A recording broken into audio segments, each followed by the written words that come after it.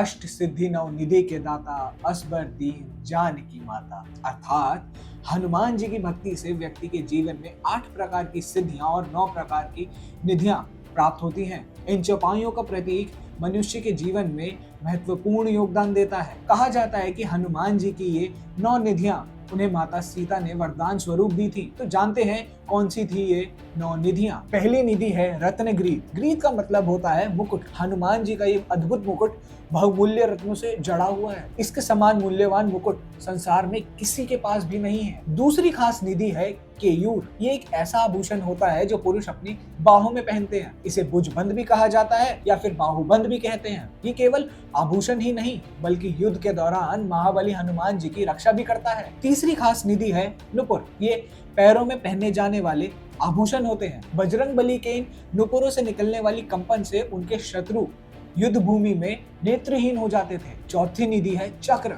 जब भी हम चक्र की बात करते हैं तो हमारे दिमाग में भगवान विष्णु या फिर श्री कृष्ण ही याद आते हैं, किंतु पुराणों में बताया जाता है कि हनुमान जी के पास भी चक्र था। कई सारे चित्रों में आपको हनुमान जी चक्र के साथ भी दिख जाएंगे। पांचवी निधि है रथ। रथ को योद्धा का सर्वश्रेष्ठ शस्त्र माना जाता है। इसी के आधार पर योद्धा को रथी, अथिरथी या फिर महारथी इत्यादि श्रेणियों में रखा भी जाता है। हनुमान जी भी दिव्य रथ के स्वामी हैं, जिस पर रहकर युद्ध करने पर उन्हें कोई भी प्रहास्त नहीं कर सकता। छठी निधि है मणि।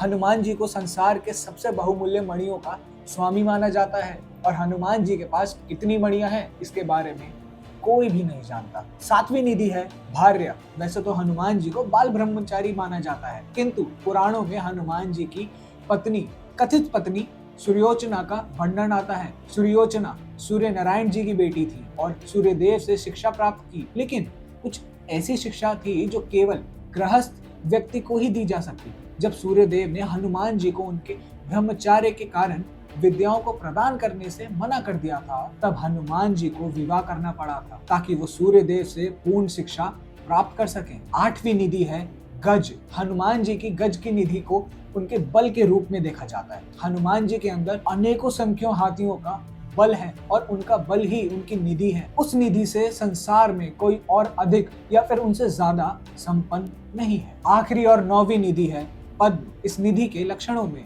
संपन्न मनुष्य सात्विक गुणवायक हो जाता है, उनकी कमाई गई संपदा भी सात्विक हो जाती है और ये पद्म हनुमान जी को प्राप्त है। अब ऐसे ही एक युद्ध की बात कर लेते हैं जो हनुमान जी हार गए थे। जी हाँ, अगर वो वीडियो आपने नहीं देखा हो तो यहाँ पे वो वीडियो आपको मिल जाएगा।